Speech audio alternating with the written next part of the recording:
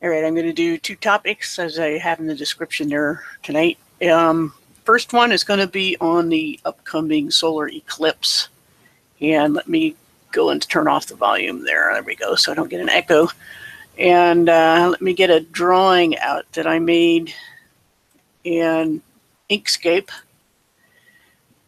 And this is some text also with it, but this is the best I could do to try to illustrate why the usual depictions of what happens during a solar eclipse are probably misleading at best, and to see if I can explain some things. Some of the terminology we have, you can see here that we got on the right, we have the sun, and they depict it as larger than the moon. This is, of course, not to scale or distance or anything. And they will draw lines from the tangent line that goes across the outer edges of the two bodies, and tangent lines that go from the bottom of one to the top of the other. Now, why do they do that? Well, the thing is that, first of all, a tangent is just what you see there. It's a line, a straight line that touches the outer edge of a circle or sphere at one point. And what they're doing by drawing those lines is finding the areas of the darkest part of the shadow, the umbra, and the so-called blurrier parts of the shadow, the edges, which is the penumbra. And they're finding these by looking at the difference in the two tangents. So once again, you can see that there's a tangent that goes on the outer edges between the two objects, and one that set that goes from the top of one to the bottom of the other. And what these do is show visually how any given shadow with one light source will behave on the other side of the object being lit. And you can see there that the relative sizes and the distance between there's three things here. The one is the sun, the second is the moon, and the third, of course, is where the shadow lands. I probably should have drawn something here to say that this is a surface that the shadow is hitting. That distance to the inner edge, I guess you call it the object edge of the first body, and then there's a distance between that outer edge and the inner edge of the light source, and the relative sizes of these things. Those all are factors in determining the size of the shadow, the total size of the shadow, which is the penumbra, and the dark inner part where there isn't any light, given a single light source. Okay, so that's pretty much what I'm saying here, is that the penumbra is where you will see at least a partial eclipse, and the umbra is where you'll see a total eclipse. And the shadow size is determined by the relative size of the light source and object, and the distances between them, and also the observer's position in the shadow, which is this edge. In spite of the moon's or the sun's alleged size, its distance is such that it is essentially the same as that of the moon. In other words, from our perspective, the sun and the moon look the same size. So by the time the light of the sun reaches us, and given the alleged distance of the current standard model, the distance from the moon to the Earth is negligible, then we can, for the purposes of finding out the shadow size, consider the sun as the same size as the moon, or maybe slightly larger and a little bit behind. We know it has to be behind the moon a little bit in order for the moon to pass in front of it if the moon is causing the eclipse. So for all practical purposes in the standard model, we can consider the sun to be the same size as the moon and some distance, short distance behind it. So if you look up the term point source, there's some confusion. I've heard people talk about point source. The issue is that there are no other lights coming from other angles. There is only one source of light, and that's what they'll use in physics. And that's what matters, because we can all agree that there's not going to be light sources coming from other angles or other sources beside the sun, because light from the stars is really not lighting up the Earth. It's just points of light we can see in the sky. They, you know, if the moon weren't there at night, you could see the stars, but those stars would not provide you any light on the ground for the most part. So at any rate, that's what a point source is. It's a single source of light, okay? And as I said, because of its alleged distance and alleged size, we can consider them the same, which is why I have on the bottom drawing here, I'm pretty sure you can see, well, I don't know if you can see those here yet. It's a little bit delay on the public watch page. But okay, there we go. The bottom illustration is the one that I think is more accurate to the standard model. If they were going to draw a physics of light drawing to show what the standard model would predict, this is probably more accurate on the bottom here. Shadow size determined by the relative size, as I said, and the distances. And we have a point source. There's no other sources of light but the sun. Now, some people will say that the sun is a point source because it's evenly lit all over, that there's no brighter and darker spots, but that's not entirely true. I've looked at the sun through filters, and it does definitely look brighter as you go toward the center. The edges are darker, and we can't blame that on the filter. I've looked through many different optical devices and put, you know, different filters on them. They all do the same thing. So I think it's safe to say that even with a point light source, you're going to have a bright point at the center, but it won't be as bright at the edge of whatever size light you have. It just won't be. But it's a point source for the purposes of physics illustration. And so since the sun, for whatever size and distance you want to give it, by the time it gets to Earth, it is the same size as the moon pretty much. Then the second drawing is the one that's probably more accurate. There's still a penumbra, but it's a lot smaller. And the important thing is the size of the umbra. In this one, the umbra gets smaller than the moon. And this one, it stays the same at best. It would only get bigger. What the penumbra is the blurry edge, so to speak. So, or partial eclipse that you would see from this perspective, looking out toward the moon and the sun, you would see a partial eclipse in the penumbra areas and a full eclipse here in the umbra.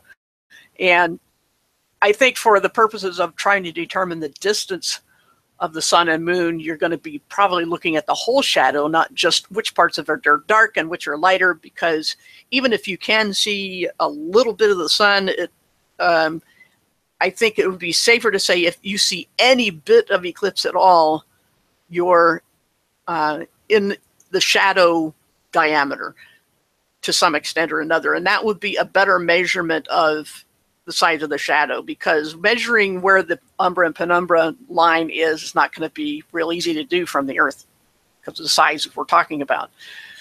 So anyway, I think this illustration is more accurate. We still have tangent lines to the tops of each and the bottoms of each. That's determining the umbra. And we also have these top to bottom tangents that determine the penumbra, because that's just the nature of light. It's going to spread out even from a single point, because, you know, you can't guarantee that all rays of light are going to be parallel, just, you know, at this diameter. It's going to spread out as it travels. It just does. So if we know the shadow size, we're at this end, so we should be able to measure it.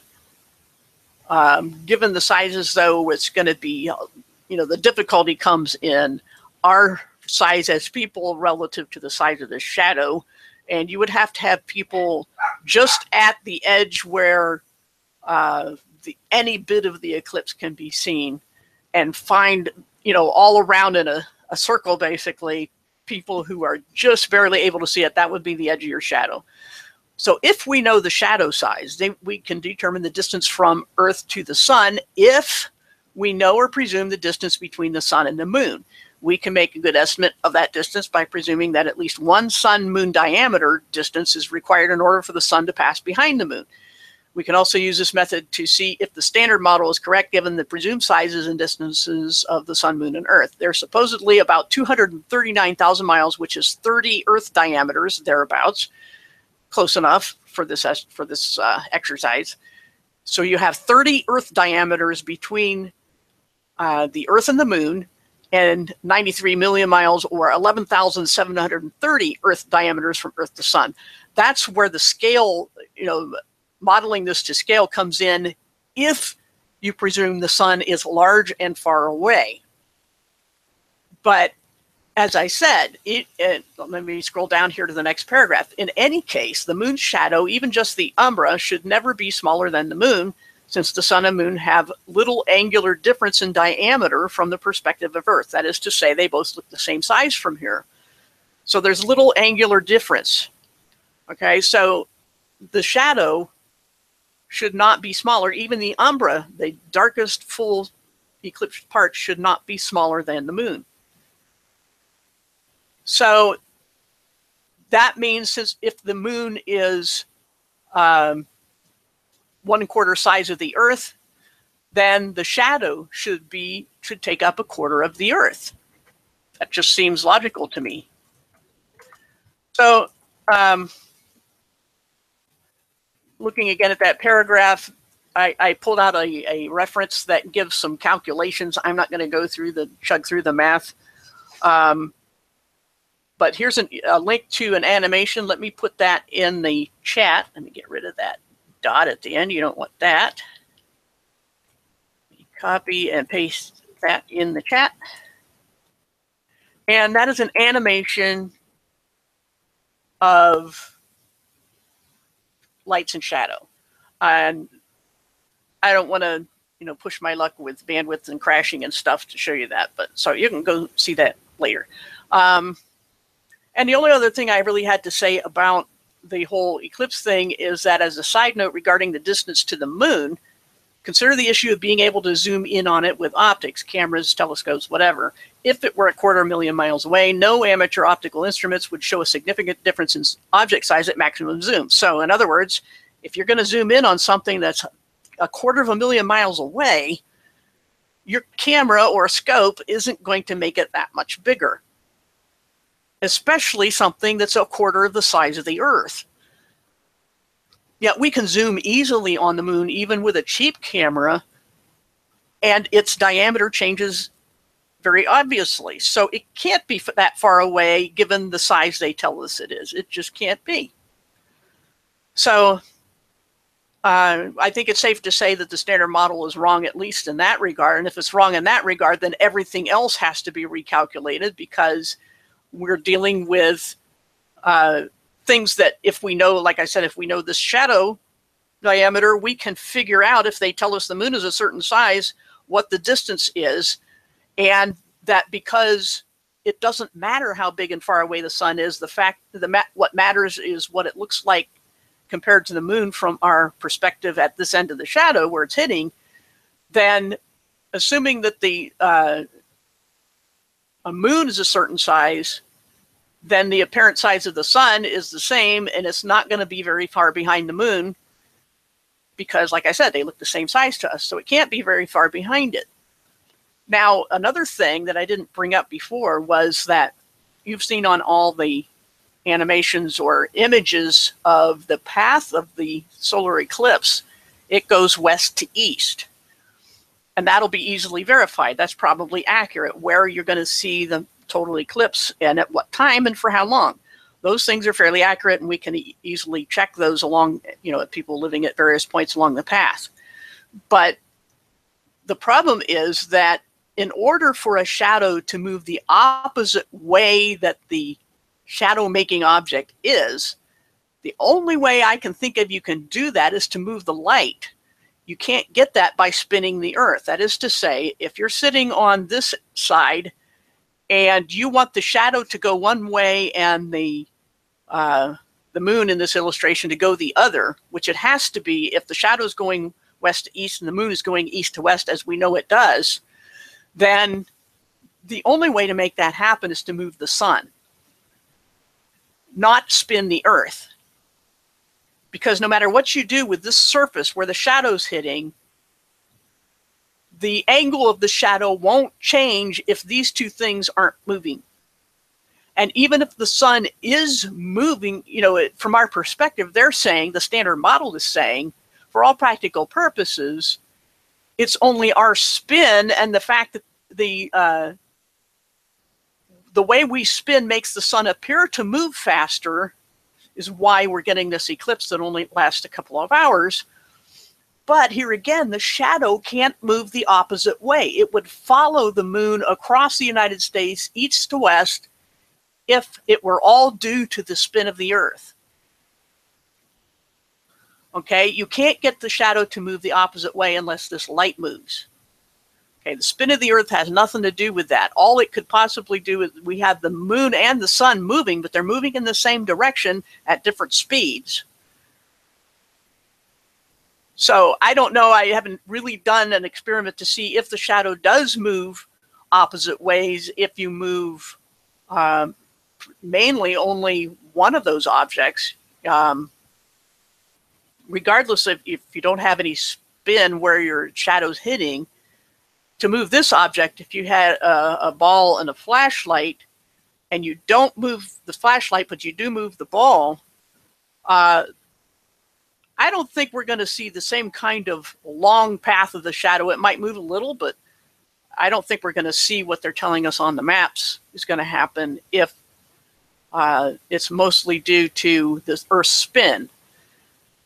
That's just how I see it anyway. But yeah, I probably should have put that in the title, looking at chat there. Anyway, it'd be nice to hear anybody might watch this video later or anybody in the chat right now to see if you think this is accurate. This was something kind of off the top of my head that I did yesterday. I did this drawing. This is Inkscape. This model came from, I actually pasted in one that I found from a NASA site, and it was really low quality. So I remade it in here and I erased the original. So I drew all these things and put the text in. They didn't have any text on theirs. And drew the tangent lines and the umbra and penumbra and everything. And then I resized the sun to be exactly the same as the moon, drew my tangent lines and everything. So this is my drawing, and the facts that I look up on distance were from standard NASA sites, standard cosmology sources, some from universities and whatnot, not all wiki stuff. So you can look up the definition of point source. You can look up the distances for all practical purposes. When we're talking about this kind of scale, we don't need to have exact inches or any millimeters or anything like that. I think saying that there's a certain number of Earths between the Earth and the sun, for example, is good enough for seeing if the model even works at all. Okay, and like I said, there's supposedly about 30 Earths between Earth and the moon, and 11,730 Earths between the Earth and the sun. So huge distance difference between us and the moon and the sun, of course, on the standard model. But like I said, it doesn't even matter, because by the time, from our perspective, us being the end of the shadow, where shadow hits, we don't care how big and far away the sun is. All we care about is its relative size, appearance-wise, to the moon, and how such a light would make a shadow. You could probably do an experiment if you don't have a light, like I have different size rubber balls here. That one is I have that's about 4 times the size of another ball, and I can't make the shadow do anything close to what they're showing on those maps. But as far as the light goes, I don't have exactly the size light I need that's the same size as the moon in this experiment. So what you could do, which I haven't done yet, is to get a piece of cardboard and cut out a hole the size of the moon, whatever, whatever scale little rubber ball you have, make that the moon. Cut out some cardboard, put it here, put it here really. Make it the same size as the moon ball, and then shine your light that's bigger than this hole, and only the light that's the exact size of the moon will get through there. It will make a nice straight line, and then you can check the size of the shadow and calculate your distances, and then try moving various objects in the scenario to see if you can duplicate the west to east shadow. So here again, these two objects are moving east to west. from our shadow perspective. And the question is whether anything but just moving this will get you a shadow that moves west to east. So that'd be a good experiment to do.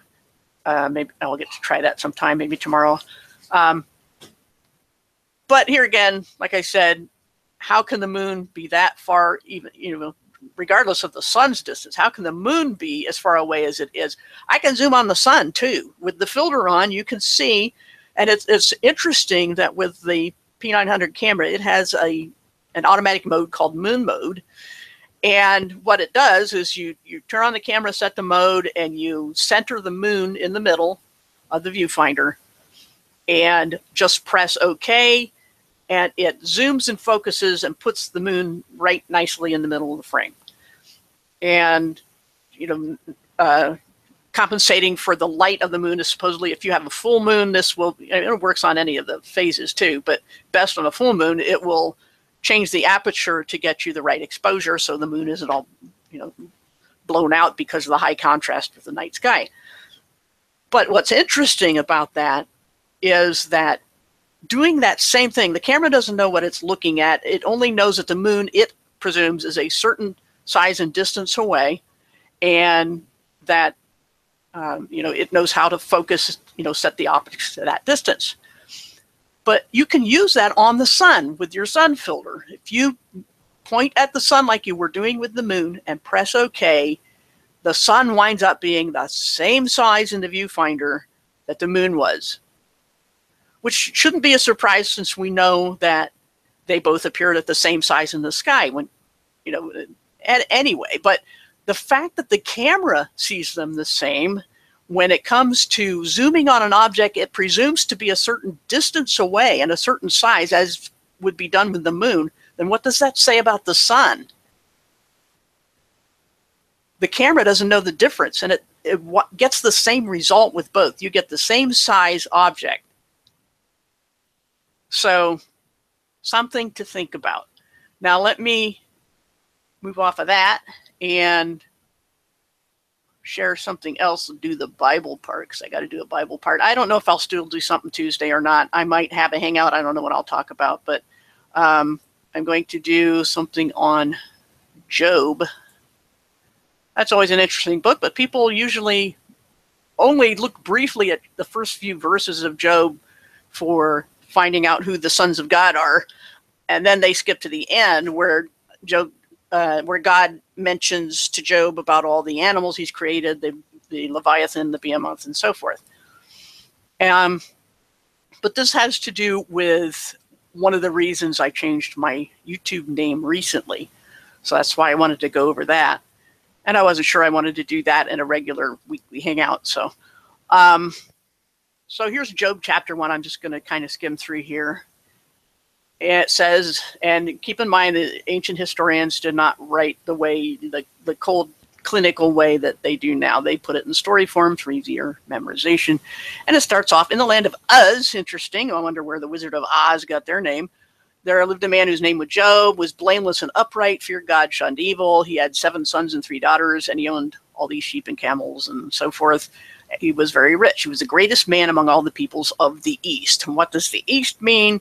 I think it means the general area known as the East, the Orient, not every point east of a certain spot on the earth, just the East.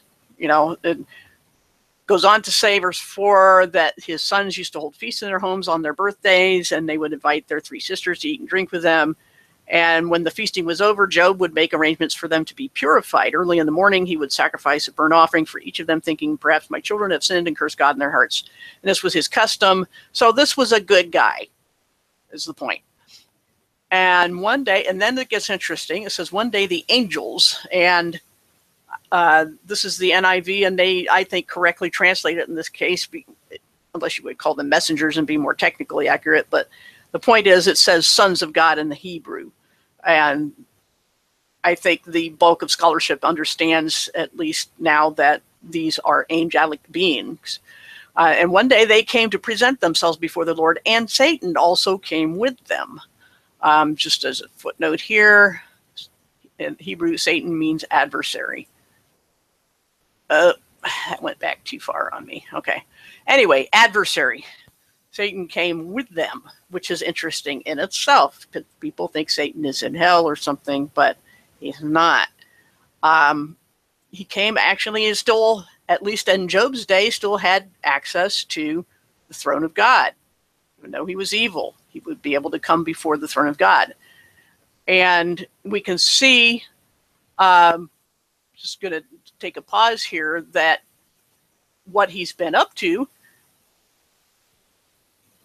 which at the end of Revelation, at the end of, not the end, but about the middle of the Revelation and the middle of the tribulation, which Revelation 12, incidentally, is where with the sign of the woman with the sun, moon, and stars and so forth that we've heard so much about for September 23rd, is in that same chapter. But it says in verse 10, "Then I heard a loud voice in heaven saying, Now have come the salvation, the power of the kingdom of our God, and the authority of his Messiah, for the accuser of our brothers and sisters who accuses them before our God day and night has been hurled down."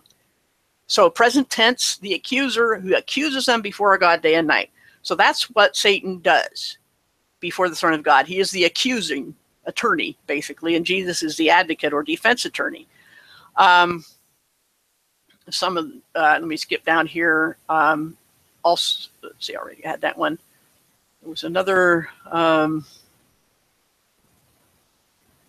sorry about that. I thought I had another reference in here, but this is not what I wanted to talk about.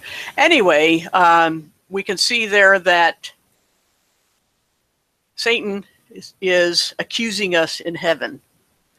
Okay, so back to Job. Satan was with them, and the Lord said to Satan, "Where have you come from?" And Satan answers the Lord, "From roaming throughout the earth, going back and forth on it." So he does that too. Then the Lord said to Satan, "Have you considered my servant Job? There is no one on earth like him. He is blameless and upright, a man who fears God and shuns evil." And then Satan says, does Job fear God for nothing?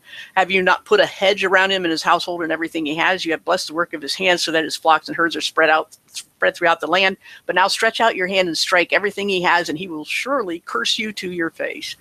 The Lord said to Satan, "Very well, then, everything he has is in your power, but on the man himself do not lay a finger." And then Satan went out from the presence of the Lord. And then you see all these disasters, one after the other, happen. All his children are killed. All his herds are scattered and taken away, or servants are killed. People are taken into slavery, one after the other. While one serpent from one place comes and tells, "I'm the only one who escaped to tell you," then before they're even done speaking, the next one comes, and so forth. Then Job is all, of course, very distraught, and he says, "The Lord gives and the Lord takes away. May the name of the Lord be praised." And all this, Job did not sin by charging God with wrongdoing. Job didn't know about that conversation with God, with Satan, and why this was happening, okay? But he still didn't sin against God. I'm going to go over a little bit more and then make a point here somewhere. On another day, the angels came to present themselves. Satan came with them, and the Lord said, "Where have you come from?" "Roaming through the earth," he said. And the Lord says, again, "Look at my servant Job. And he still maintains his integrity, though you incited me against him to ruin him without any reason." Major point there. "Skin for skin," Satan replied. "A man will give all he has for his own life. But now stretch out your hand and strike his flesh and bones, and he will surely curse you to your face." So the first challenge, taunt of Satan didn't work, so he tries again. He doesn't take the hint. The Lord said to Satan, "Very well then, he's in your hands, but you must spare his life." So Satan afflicts Job with painful sores. And even at that point, his wife says, "Are you still hanging on to your integrity? Curse God and die." Nice thing to say. So another point about, what people will do when you're down. And then Job replied, "You're talking like a foolish woman." You can see from if you click on the footnote, it just means moral deficiency here, not that stupidity or anything. And he says, "Shall we accept good from God and not trouble?" In all this, Job did not sin in what he said. And then his 3 friends come to see him. They've heard about what happened to him. And they sat with him on the ground for 7 days and nights, and without speaking, because they were so overwhelmed with the calamities that had happened to Job. And as we saw in this other reference, at one point later on, this whole conversation, when they do start speaking, is that Job must have brought this on himself. Okay? They're telling Job it's his fault. They don't know what happened between God and Satan either. They just know what they see, and they're like, hey, all the evidence is this has got to be your fault. In other words, victim blaming. They're kicking him while he's down, saying, this is just too bizarre. You had to have done something terrible. And Job is getting exasperated. He's hanging on to his integrity, but toward the end, he's saying, as you see here, oh, that I had someone to hear me. I sign now my defense. Let the Almighty answer me. Let my accuser put his indictment in writing. And so he's getting exasperated. And that's when you finally go to the end of Job. I think that's going to be about, let's try 31. We'll start from there. And he talks about how he had walked in a very righteous way, even guarding his eyes so he wouldn't sin.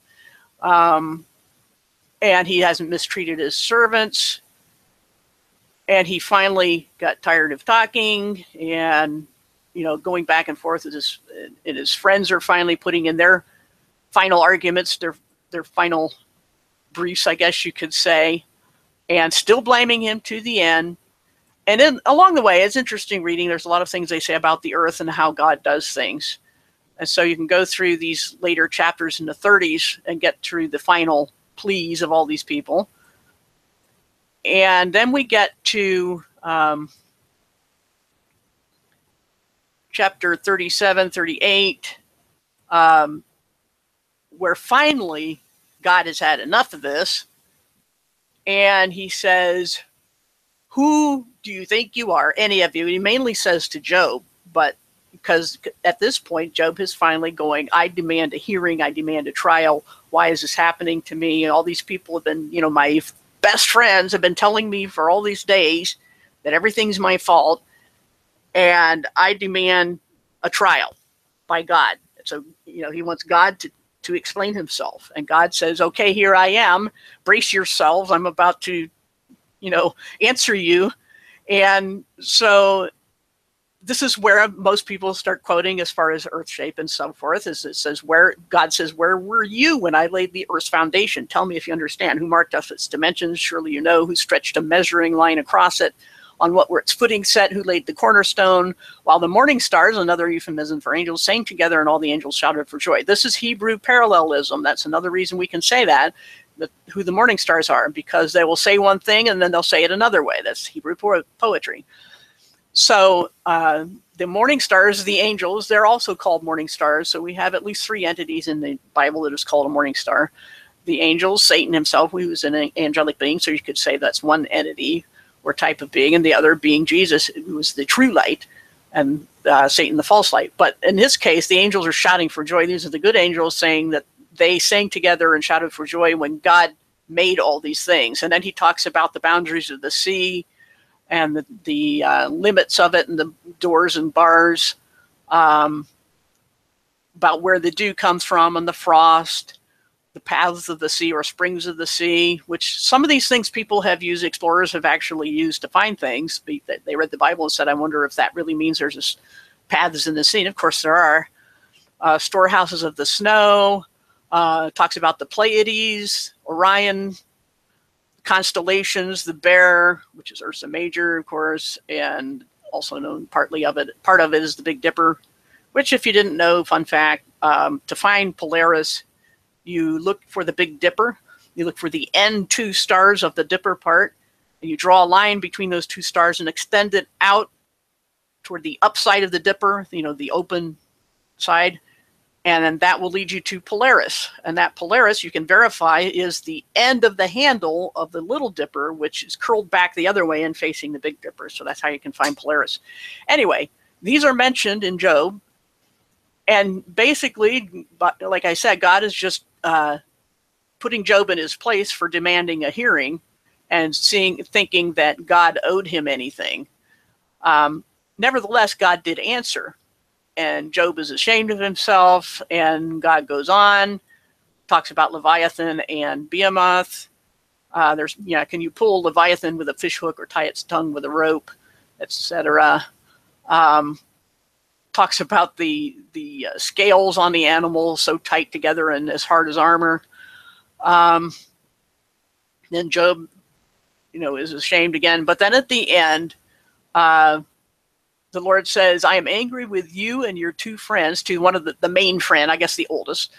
I am angry with you and your two friends because you have not spoken the truth about me as my servant Job has. So even in all this, Job didn't tell any untruths. He just got kind of an attitude, which is perfectly understandable.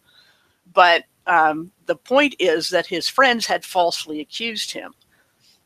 And so they had to make that right. And this happens to have a happy ending where after Job prayed for his friends, the Lord restored his fortunes and gave him twice as much as he had before. And everything was hunky-dory after that. After this, Job lived 140 years, and that's the end of that. But what's the point of all that? There's a whole bunch of lessons in there. But the point is that there are things that happen in the spiritual realm that we are not privy to, and that even though from our perspective we think we should have the right to have God explain himself, we don't have that right. And God knows what he's doing. And there are perfectly good reasons for things, even though God said in this case that Satan incited him to do something without reason, without any provocation on the victim's part. But this was also having to prove a point to angelic beings, especially Satan, that Satan failed twice in this, failed hard, in saying that the only reason people serve God is as long as things are going nice. And there are people like that. There are, we get the phrase fair weather friends from people who ditch God or their friends at the first sign of trouble. God didn't jump when I snapped my fingers, therefore I'm not going to believe in him anymore. And that's exactly what they're being, is fair weather friends.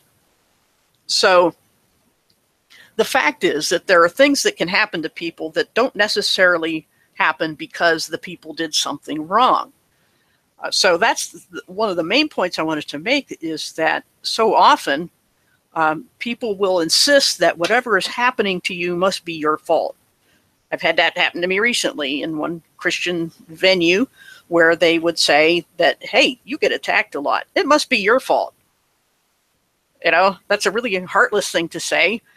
It may or may not be true, but the fact is that unless they can show you what you did to provoke an attack, you didn't do it. But to presume you must have done something because there's so many attacks, that's pretty heartless and unchristian. And we can see here from Job that we may not know in this life why stuff happens. We usually don't know.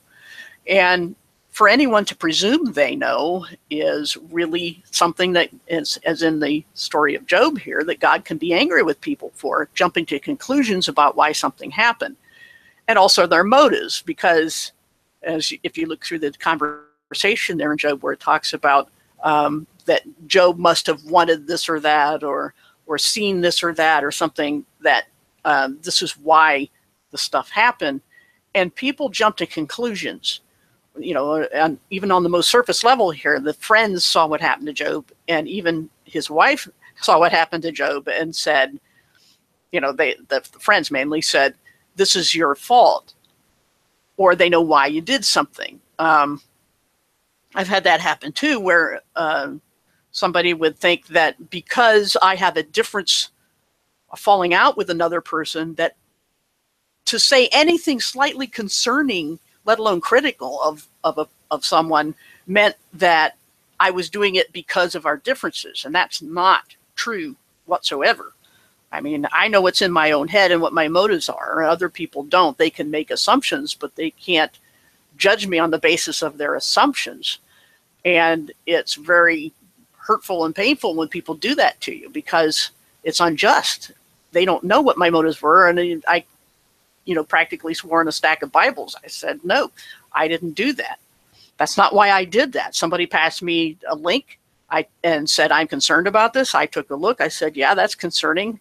I passed it on to another person who promptly bit my head off, because that person assumed that the only reason I would be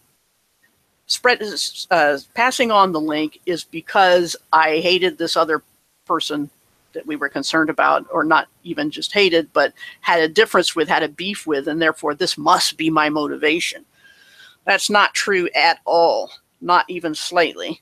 And so basically I was being called a liar and saying what I don't even know what my own motives are for doing something. And this is unjust. And here again, whether it's us misperceiving what God may or may not be allowing us to happen to us, or whether we misperceive what another person does, the misperception is the problem. We don't know until we ask. And if we ask, we shouldn't bother if we're not going to believe the person. It just causes an awful lot of drama and a lot of falling outs that shouldn't have happened, because, you know, don't ask somebody why they did something if you're not going to believe them. There's no point to that. And if you're not going to believe them, you should ask yourself why. Because if it's someone you know does not have a habit of lying, why would you presume in this case that they must be lying?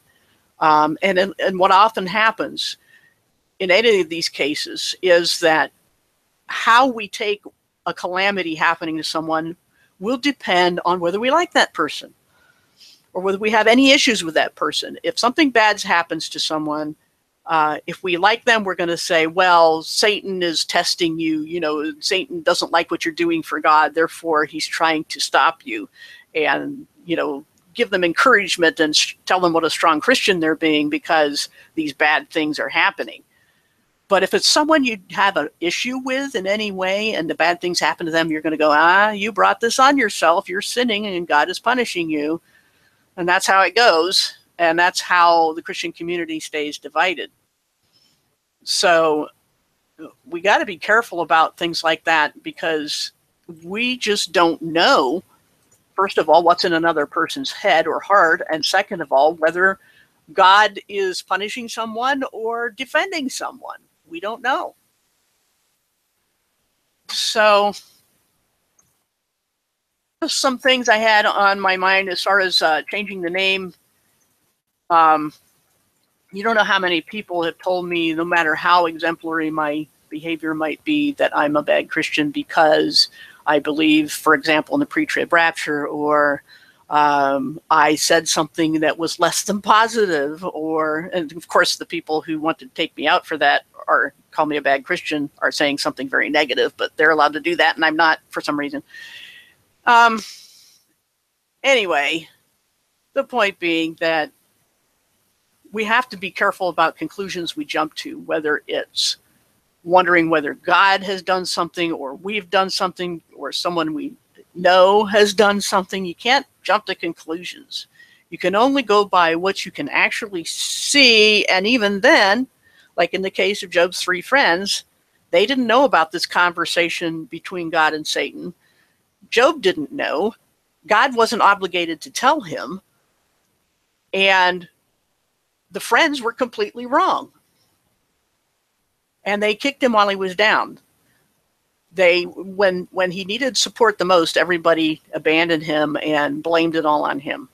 And that's something that happens all too often in the Christian community. Now, there's other times when we need to stand up and we need to be negative. And for example, in a Christian hangout a while back, there was the owner was saying on panel that they have no problem working together on earth-shape issues with someone who is practicing witchcraft.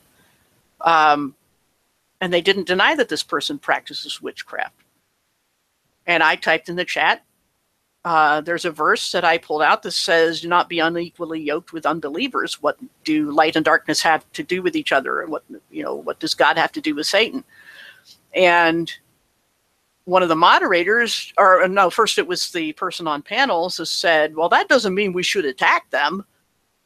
And I'm like, I typed in the chat, I didn't say that. I mean, how can anybody take not associating with someone as we attack at dawn? I don't understand that. And so I typed in the chat, that's not what I meant at all. I did not imply such a thing. And so one of the other moderators in the chat said, oh, you need to calm down. You're upset. Okay, I don't agree. But I mean, when somebody jumps to a ridiculous conclusion from something you said, I think being upset would certainly be justified. And I wasn't that upset anyway. But this person decided I must be. There's a presumption. And then another person said that's the point where somebody else in the chat said, hey, you get attacked a lot. It must be your fault. And this is why I finally said, look, everybody, if you think, if someone's upset, it's my fault. If someone else is upset, it's my fault. If I'm upset, it's my fault. Whatever it is, it's my fault. So I'll just be the bad Christian. So the next time somebody wants to call me one, they won't know what to say. I'll just say, thanks for noticing if you're going to call me bad Christian, because there's apparently no way I can be anything else to a lot of Christians' eyes, and non-Christians too. They'll do that. They'll try to tell Christians how to be good Christians or bad ones, and they define good or bad Christians not by the Bible, but by whether that Christian serves their purposes, such as turning a blind eye to their hatred of the Bible and Jesus and Christianity. Oh, that's okay. We're going to get along and unify. That's more important than truth or slander or anything else. We're just going to get along. And there's a place where a Christian has to take a stand. And that's why I did that. I think it was last Friday when I did one on the fact that there are times when we have to have standards, and that makes us negative. It makes us bad Christians. So, as you can see by my avatar that I chose to go with it, a little doggy dressed up as a big bad biker, that it's sarcastic. I mean, I'm not saying I think I'm a bad Christian. I don't think so. I can look around at a lot of other Christians and say I'm not even that bad. But of course, in some people's eyes, there's just nothing I can do but be a bad Christian. So I thought, well, I'll just silence believers and unbelievers alike by choosing that name, because what are they going to say? I'm like, there's nothing I can do to change your opinion. So it doesn't matter how, I could be a walking perfection and it would not be good enough. So that's why I changed the name, and the avatar I picked because it explains the sarcasm. It's just I have reasons for choosing this name, not because I believe it myself, but because other people do. Anyway, excuse me. The point about Job is all about jumping to conclusions based on presumptions that are in error. And even in the case of Job, I don't know, I had an edit there for some reason, sorry about that. Even in the case of Job, where bad things happened to him, and he hadn't done anything to deserve it, the point was that we on earth aren't privy to all the things going on in the spiritual realm, and we cannot presume the reason things are happening to a person. So all I can say is from Job's example, personal experiences, don't jump to conclusions. Don't presume you know why somebody does something.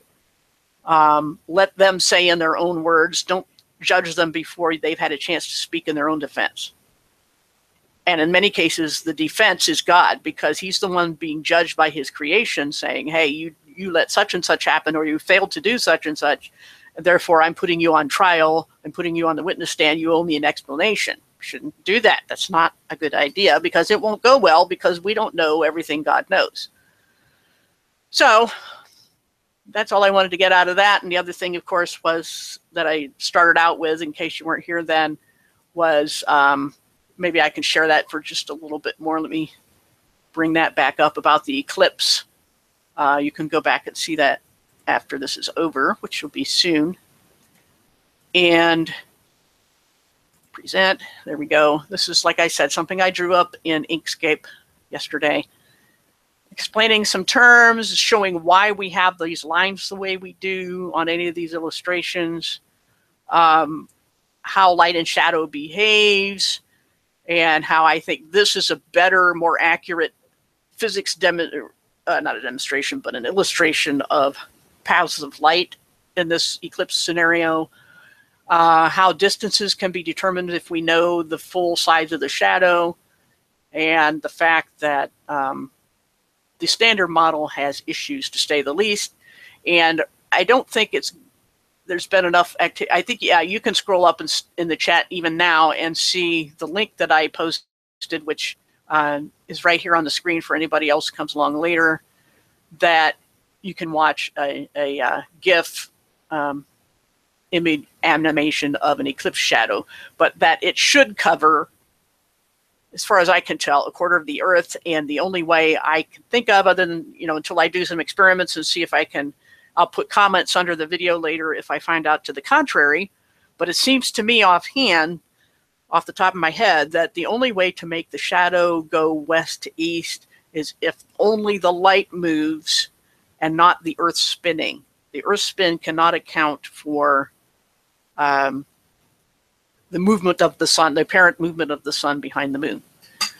So that's all this was about. And what's really curious is that I get as many people on a busy Sunday night when there's other hangouts going on, and I didn't announce this in advance, as I do on the regular Tuesday at 7 Eastern that I do every week. So I don't know what that means.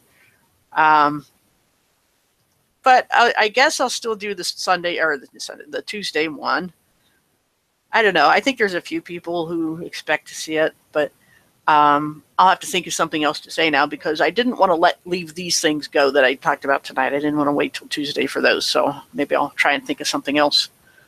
Otherwise, it's going to be pretty boring, because it's most likely just going to be me, who wants to be on panel with Bad Christian. So there you go. Anyway, thanks everybody for coming. This is still only what says 51 minutes long. So that's not too bad. Maybe I will change the title. Good suggestion there. Let's see, looking at the chat here.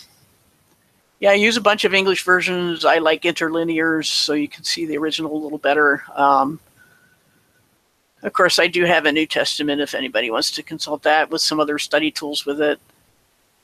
Yeah, always look at the layers of context, no matter which translation you're using. And I don't see any other question in the chat. So thanks again for coming. If you can always comment under the video later, or send me a message if you have an idea for next Tuesday. And I think that's about it. Thanks for coming. See y'all later.